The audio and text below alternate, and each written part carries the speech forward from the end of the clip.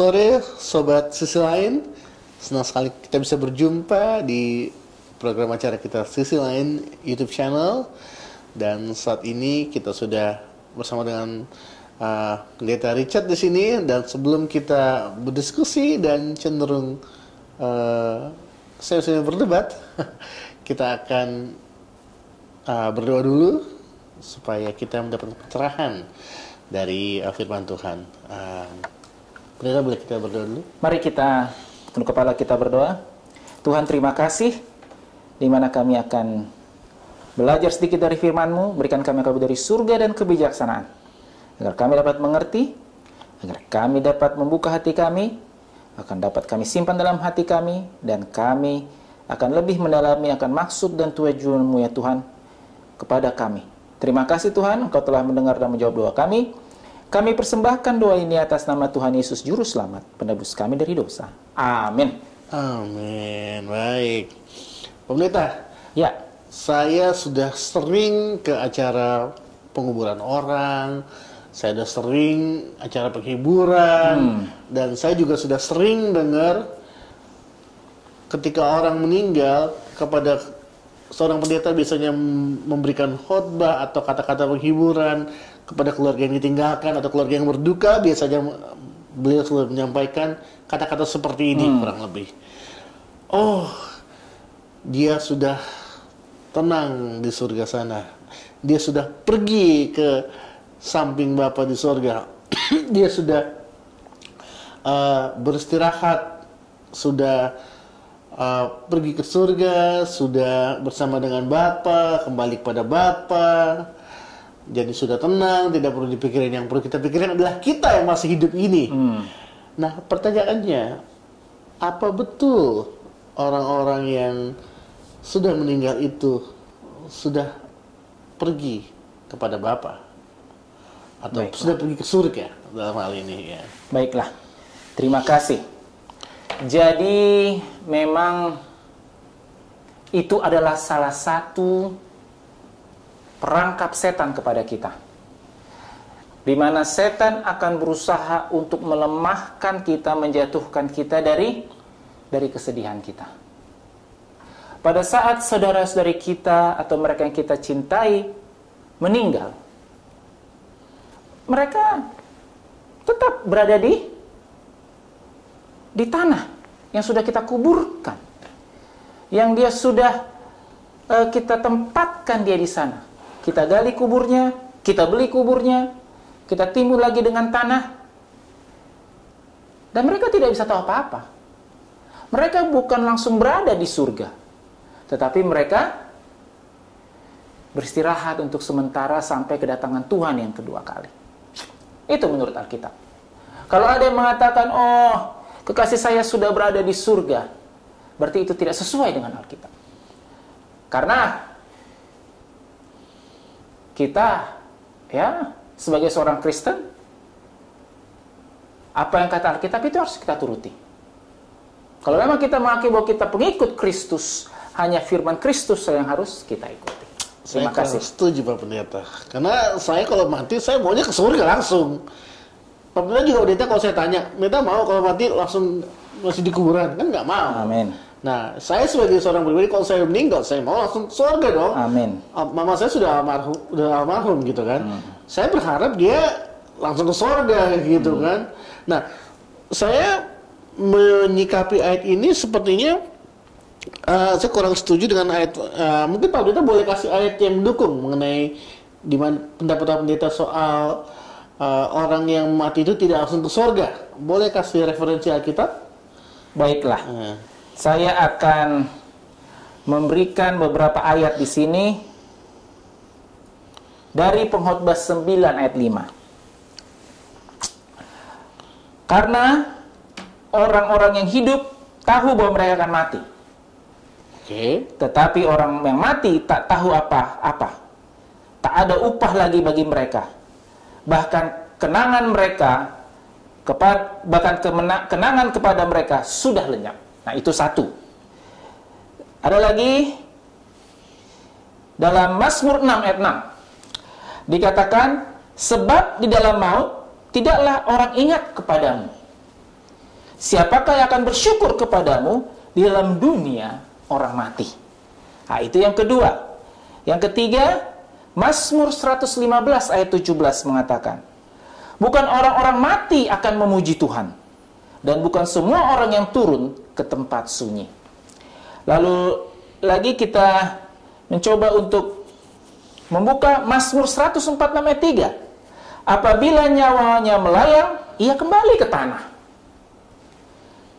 Pada hari itu juga lenyaplah maksud-maksudnya, lenyaplah pikiran-pikirannya, lenyaplah cita-citanya, lenyaplah ambisinya. Oke, saya juga punya ayat, Pastor. Silakan. Oke, Ibrani 12 ayat yang ke-23.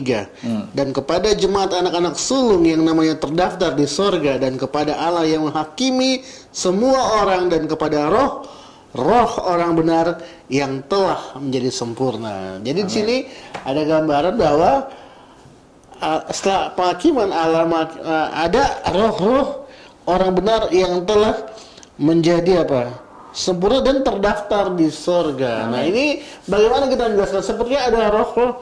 Ada juga ayat yang mengatakan di Pengkhotbah 12 ayat 7 dibilang roh kembali kepada Allah, ya kan?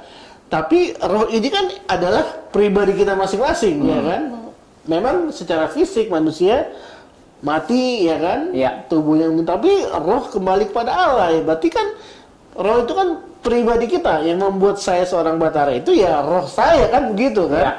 Ya. Nafas ya kan, atau roh saya bukan tubuh saya gitu kan?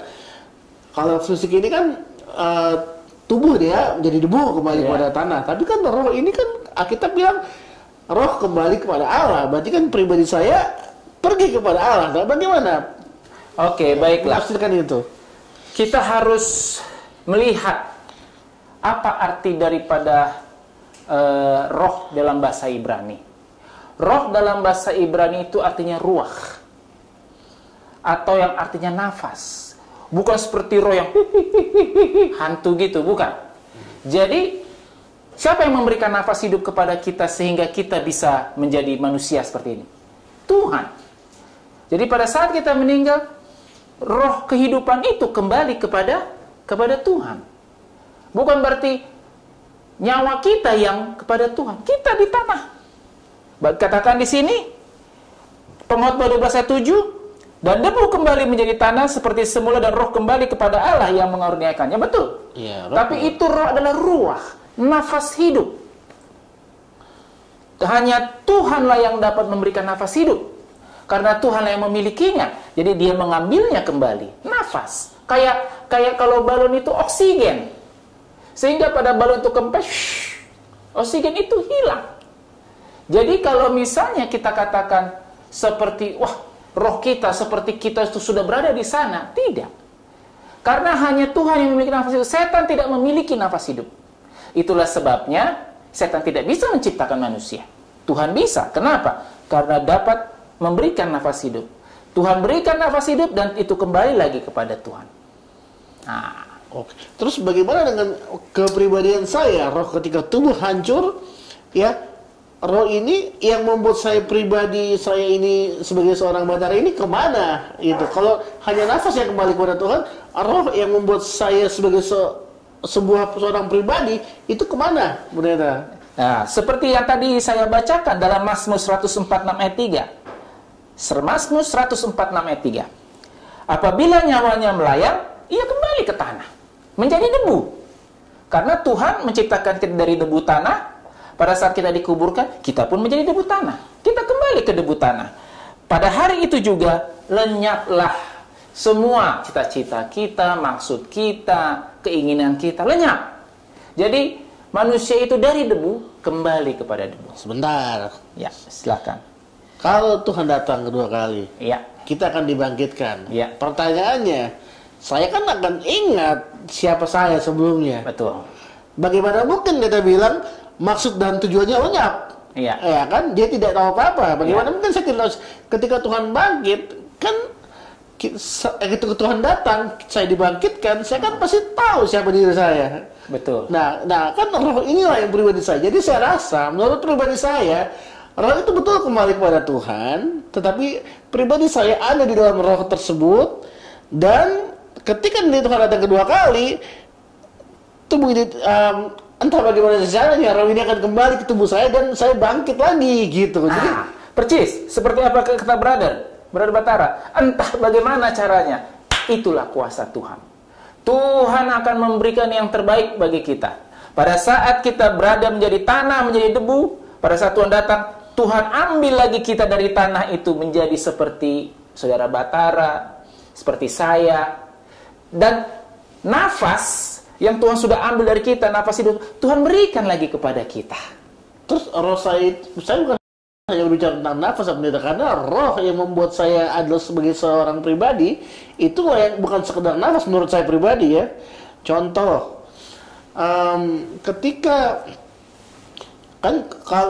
ketika misalnya roh atau pribadi saya ini kembali, contoh memori, semua ingatan yang pernah ada pada saat sebagai manusia ya, pada saat hidup menjadi manusia, apakah itu akan kembali? Ingatan yang pernah ada ketika saya nanti dibangkitkan, atau kita semua dibangkitkan nanti ketika Tuhan datang yang kedua kali, apakah roh itu akan kembali dan memberikan kembali ingatan-ingatan? Karena kan roh itu adalah pribadi. Jadi menurut saya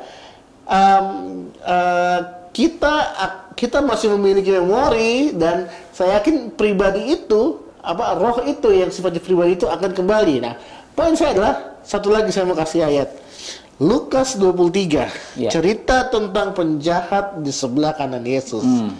Ya kan? Ada ayat Alkitab yang mengatakan ketika dia mengatakan kepada Yesus ya.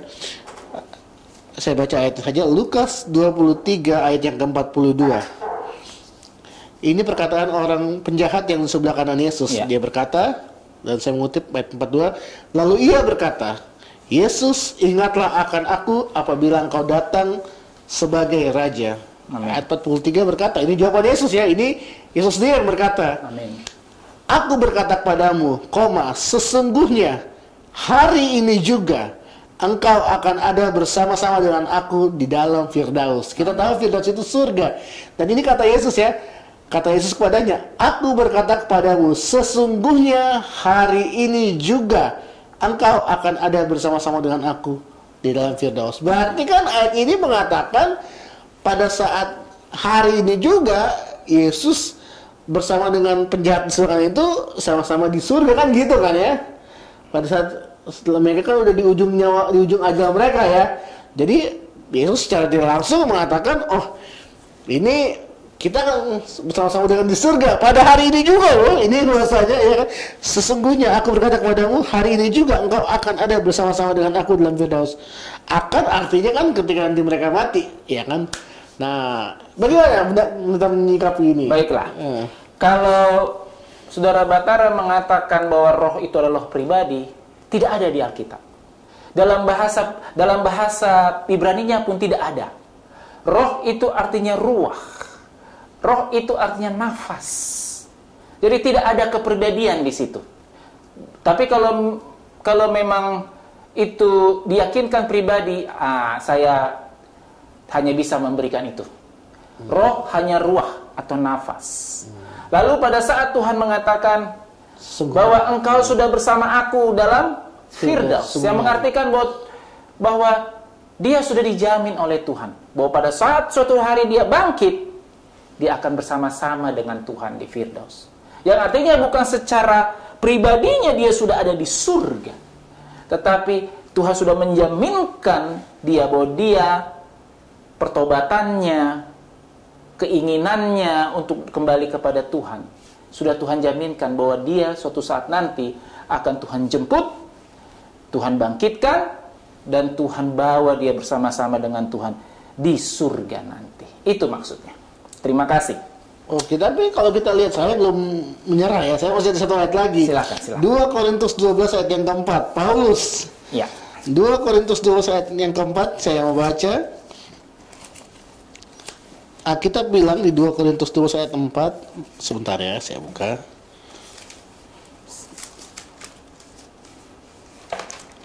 Saya masih belum bisa menerima nih Pak Pendeta.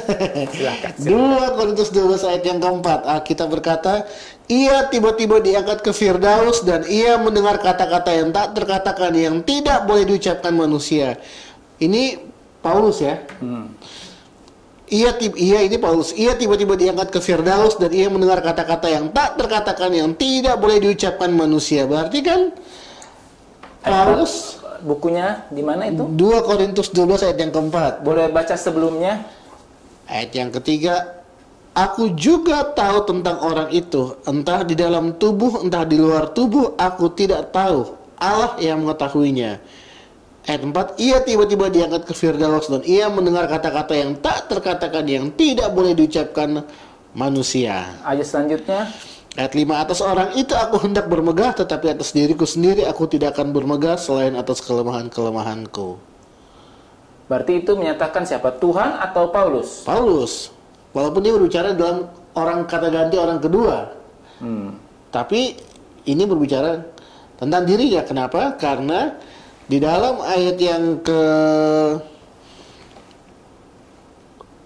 kedua, aku tahu tentang seorang Kristen 14 tahun yang lampau, entah dalam tubuhnya. Jadi kita melihat 14 tahun yang lampau ini berbicara tentang pada suatu saat di masa 14 tahun yang lalu Paulus mengalami perjalanan ya, diangkat ke sorga.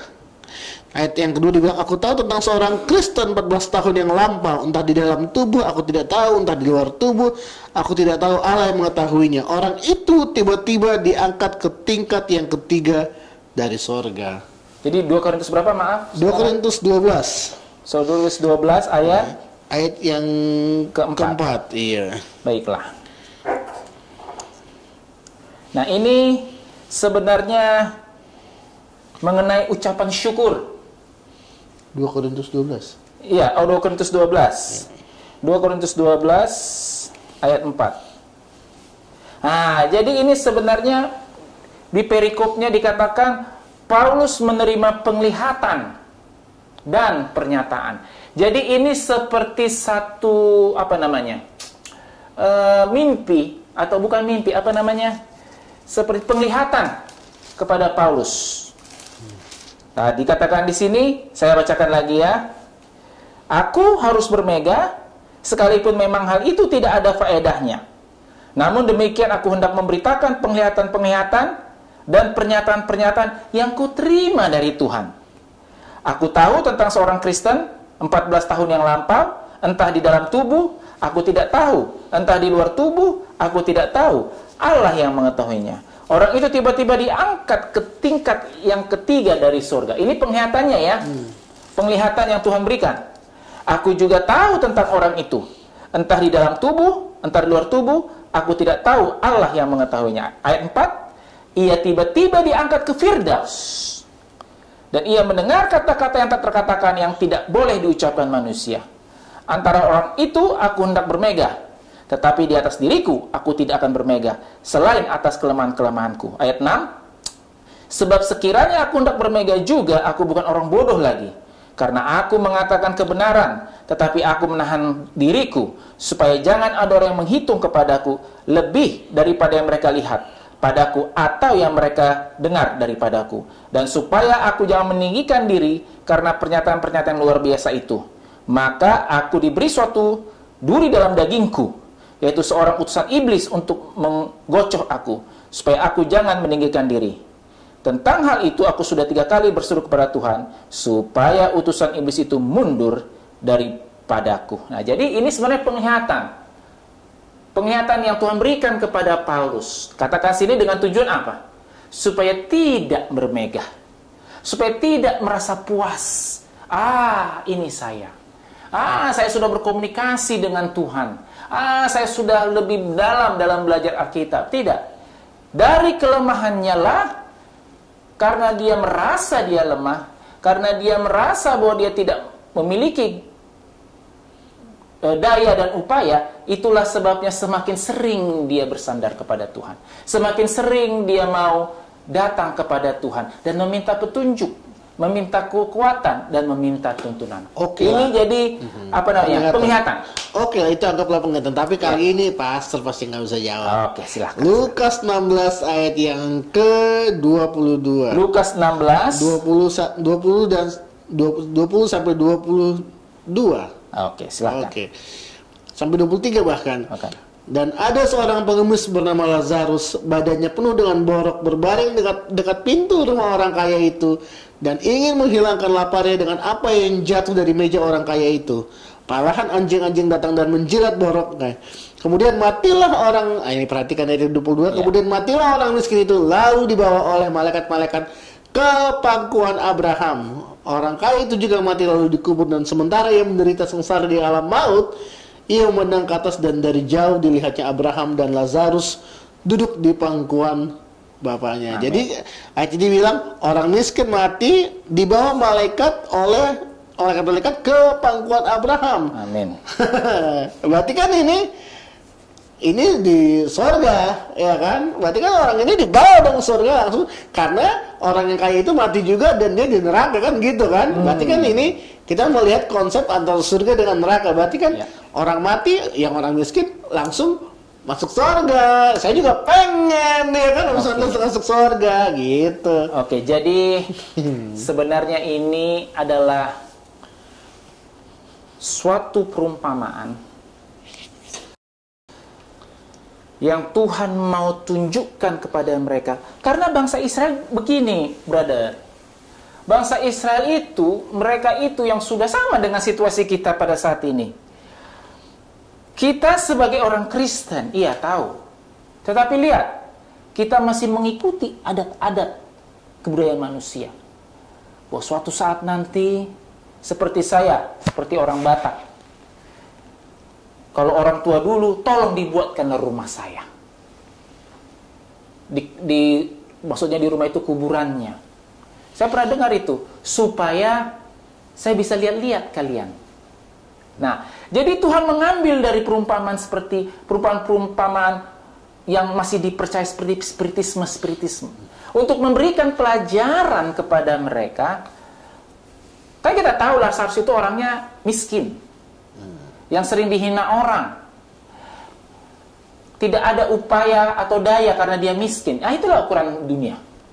Nah, tetapi karena Lazarus di sini mengatakan dia sudah menerima Tuhan, dan orang kaya itu memiliki kesombongan rohani, makanya dia katakan, Tuhan, di sini aku, kenapa kamu tidak mengambil aku? Nah, jadi Tuhan memberikan pelajaran kepada kita bahwa kepemilikan kita di dalam kerajaan surga, pertama bukan karena kepintaran kita, bukan karena ekonomi kita, bukan karena kita memiliki uang yang banyak. Tapi kepemilikan surga bagi kita adalah karena kita bertobat, datang kembali kepada Tuhan, dan kita mau menerima Dia sebagai juru selamat. Jadi ini sekali lagi, ini merupakan perumpamaan, bukan satu cerita yang nyata. Karena kalau kita lihat di sini, ini cara-cara spiritisme. Dikubur, bangkit lagi, bukan. Ini hanya perumpamaan. Tuhan mau mengikuti cara orang-orang Israel itu berpikir. Memang kaki mereka satu di kebenaran, satu lagi mereka masih mempercaya adat istiadat, masih mempercaya sedikit-sedikit mengenai spiritisme. Jadi Tuhan mau mengambil dari situ. Tuhan mau mengambil dari situ untuk memberikan pelajaran kepada mereka. Oke, anggaplah ini perumpamaan. Tapi silakan. Yesus dalam perumpamaan-perumpamaan yang lainnya banyak perumpamaan dia yang masuk akal. Contoh, mengapa Yesus menggunakan perumpamaan seperti ini sementara banyak perumpamaan Yesus? Contoh, perumpamaan seorang penabur. Seorang menabur kadang menabur di jalan yang berbatu. Jalan yang itu, dan itu memang betul pada dunia yang pada saat itu memang penabur itu menabur di berbagai macam jalan tanah kan. Nah itu make sense, atau kan ada perumpamaan tentang harta yang terpendam, ya kan, atau perumpamaan tentang mutiara yang berharga. Betul. Dan itu benar-benar mutiara benar-benar ada, ya kan. Dan pada zaman itu mutiara memang berharga. Nah menurut saya pribadi saya belum bisa terima, sementara Yesus menggunakan pendekatan yang sifatnya apa ya, semi spiritisme dalam tanda kutip pastor bilang tadi ya. Sementara di dalam perumpamaan Yesus yang lain itu yang wajar-wajar, ya kan, orang nabur, ya kan, mutiara, yang orang-orang juga bisa mengerti. Bahkan seorang penulis Kristen bilang Yesus menggunakan perumpamaan untuk membuat orang-orang yang hidup pada zaman itu mengerti kan, ya gitu, yang wajar-wajar gitu. Ini kan tidak wajar, ya kan? Nah ini mungkin yang saya kayaknya kok nggak message gitu, apalagi pendekatan spiritisme gitu kan.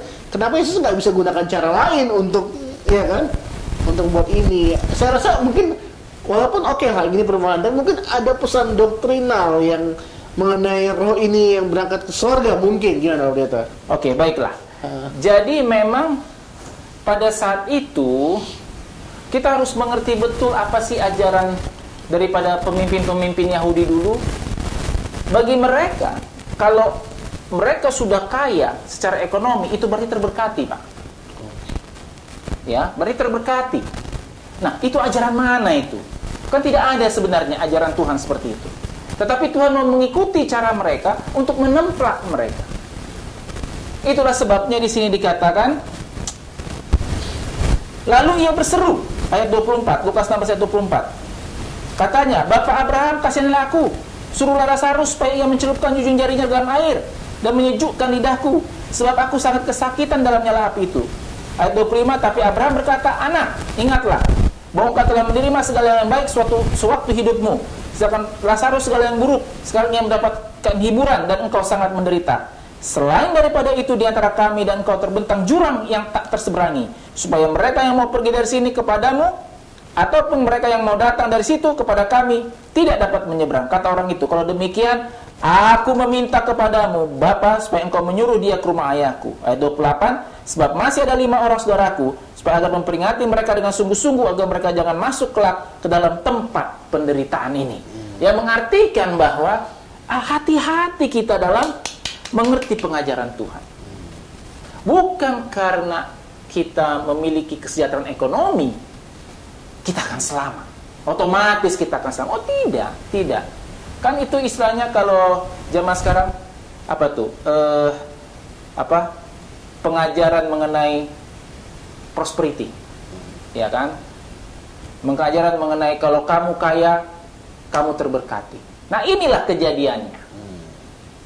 Kita harus ingat bahwa Tuhan pada saat mengatakan ini mengatakan kepada siapa sebenarnya? Salah satunya ditujukan juga kepada pemimpin-pemimpin agama pada saat itu ada di situ. Nah, jadi itulah maksud kenapa Tuhan mengambil akan perumpamaan tersebut.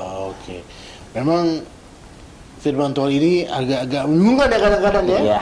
Jadi mungkin kita harus banyak menggali, dan bagi teman-teman yang ingin rindu juga mengenal apa yang Yesus ajarkan dan bagaimana caranya meniru teladannya dan bagaimana memiliki hidup yang benar dalam Yesus, dan teman-teman ingin mengetahui Yesus lebih lagi melalui pembelajaran firman Tuhan, teman-teman boleh menghubungi di nomor di bawah ini. Dan jika teman-teman rindu untuk belajar firman Tuhan atau butuh didoakan atau rindu untuk berkomunitas dengan April atau YouTube Sisi Lain Channel, teman-teman bisa menghubungi nomor di bawah ini, dan kita akan sama-sama belajar firman Tuhan, menggali, sama-sama berdoa untuk satu sama lain, berfellowship, dan kiranya persekutuan ini akan memberkati teman-teman, dan tontonan ini juga dapat menjadi berkat bagi teman-teman. Terima kasih, sampai ketemu lagi di episode berikutnya. Salam, Tuhan Yesus memberkati. Salam, Tuhan Yesus memberkati.